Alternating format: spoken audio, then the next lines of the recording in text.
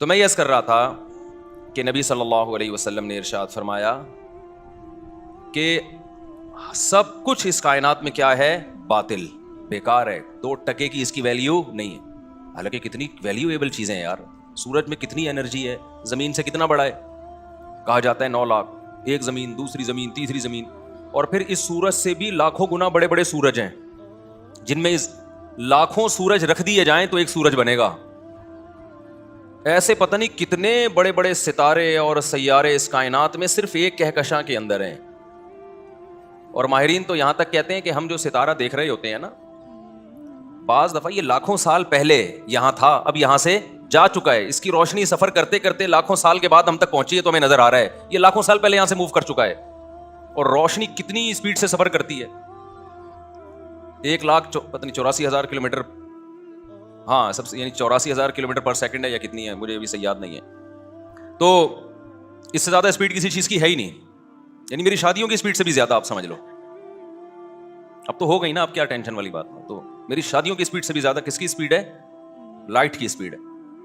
تو روشنی جو ہے ہمیں نظر آ رہی ہوتی ہے اور یہ ستارہ پتہ نہیں یہاں سے موو، اتنی بڑی کائنات. ہم تو ماؤنٹ ایورسٹ اور K2 کو سمجھتے ہیں عظیم پہاڑ، یہ تو ایک ذرہ، ایک اسپیڈ بریکر بھی نہیں ہے یہ اس کائنات میں. یعنی اس کائنات کے مقابلے میں جو اتنی بڑی کائنات، ایک کہکشاں پھر دوسری کہکشاں، پھر ان کے درمیان فاصلے اور ان کے لاکھوں اربوں ستارے، کروڑوں نہیں اربوں ستارے جو ہماری زمین اور سورج سے کئی گنا بڑے ہیں. تو اس کی وسعتوں کا ہمیں اندازہ نہیں ہے. اور اللہ نے قرآن میں کہا وَإِنَّا لَمُوسِعُونَ، ہم اس کو وسیع کرتے چلے جا رہے ہیں اور بڑی ہو رہی ہے. تو اتنی بڑی کائنات اور پھر اس میں اتنا کچھ، اور اس دنیا میں آپ دیکھ لو، ایک رکشے والے کو اپنے رکشے پہ فخر ہوتا ہے، نیا نقشہ لے کر آتا ہے، لیکن اتنی مہنگی مہنگی گاڑیاں ہیں، 20 کروڑ کی گاڑیاں، 1 ارب کی گاڑیاں.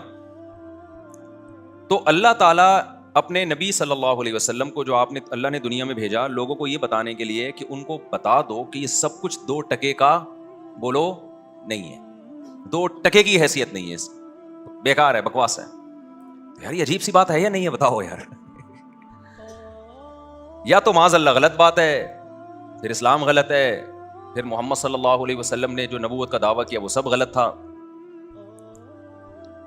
یا یہ صحیح ہے. دونوں میں سے ایک ہی بات ہو سکتی ہے. بھائی ہم دلیل کی دنیا میں دیکھتے ہیں کہ صحیح ہے کہ غلط ہے. یعنی اسلام سے ہٹ کر گراؤنڈ ریئلٹی کیا کہتی ہے؟ مشاہدے سے بڑھ کر کوئی دلیل ہوتی ہے؟ بتاؤ. ارے بھائی آپ کے سامنے کسی نے ریسرچ کی، لیب میں جا کے کوئی بڑی تحقیق کر کے کوئی رپورٹ پیش کی آپ کے سامنے کہ جی اس دوا کے کھانے سے یہ ہوتا ہے. آپ نے کیا کیا؟ دوا کھائی اور وہ نہیں ہوا. وہ اس کی لیب کی ساری تحقیق کیا ہو گئی؟ فیل ہو جائے گی. وہ کہے ابے یہ بڑے بڑے سائنسدانوں کی رپورٹ ہے. آپ کہیں ابے میں نے کھایا تو نہیں ہوا، تو رپورٹیں کا کیا کروں میں؟ وہ کہہ سکتا ہے یار ہو سکتا ہے تمہاری باڈی میں کچھ ایسے کیمیکل پائے جاتے ہوں جس سے یہ دوا نے اثر نہ کیا ہو. تو آپ نے 20 آدمیوں کو کھلا دیا، پھر بھی کوئی نتیجہ نہیں نکل رہا. وہ کہے یار اصل میں پاکستانیوں پہ ہو سکتا ہے کسی وجہ سے اثر نہیں کر رہی ہو، ان کا امیون سسٹم بہت ہی اسٹرانگ ہے. میرا امیون سسٹم الحمدللہ ہمارے گھر کے باہر ایک گٹر ہے، ہر وقت ابلتا ہے، اور میں بھنگی کو پیسے دے دے کے بیزار ہو گیا ہوں صفائی کروا کروا کے. اس دن تو میرا میٹر گھوم گیا، میں نے کہا ولاگ بنا کے ڈالتا ہوں، لیکن سندھ حکومت بدنام ہوگی. ویسے تو کوئی نامی بھی نہیں ہے اس کی، لیکن میں نے کہا اور اب بولیں گے یہ دیکھو مفتی صاحب کیا کر رہے ہیں. ورنہ بہت دفعہ سوچا ہے، ہم اڑوس پڑوس والے مل کے نا بھنگی کو پیسے دیتے ہیں، گٹر صاف کرتا ہے، پھر بھر جاتا ہے، ابل رہا ہے بالکل گھر سے. ہمارا جو مدافعاتی نظام ہے اسٹرانگ ہو گیا کہ نہیں ہو گیا؟ روزانہ میں اس گٹر کے اوپر سے اچھل کے آتا ہوں اور جاتا ہوں اور ابل رہا ہے، جیسے چشمے نہیں سوات اور مردان میں بہ رہے ہوتے ہیں اس طرح سے. تو گلی میں کتنے جراثیم ہوں گے ہمارے. تو ہو سکتا ہے بھائی وہ کہے کہ یار یہ تو 20 آدمی اسی محلے کے تم نے ٹرائی کیے ہیں، ان پہ اثر نہیں ہو رہا، تم ذرا ٹرائی کرو. وہ ذرا کسی ایسے علاقے پہ ڈیفینس پہ ٹرائی کر لیا، ان کو بھی کوئی اس دوا کا اثر ہو ہی نہیں رہا ہے.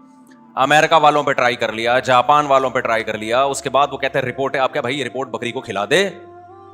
وہ کہے بھائی اتنے بڑے بڑے سائنسدانوں کی رپورٹیں ہیں کہ اس دوا میں یہ اثر ہے.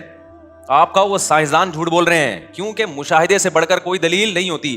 اور ویسے بھی بات ہے کہ سائنسدان جب کوئی ریسرچ کرتے ہیں تو بھی مشاہدہ بھی تو اس کا ایک حصہ ہوتا ہے نا، ایکسپیرینس کرتے ہیں نا اس دوا کا. تو پتہ نہیں کس پہ تجربہ کیا ہے یہ.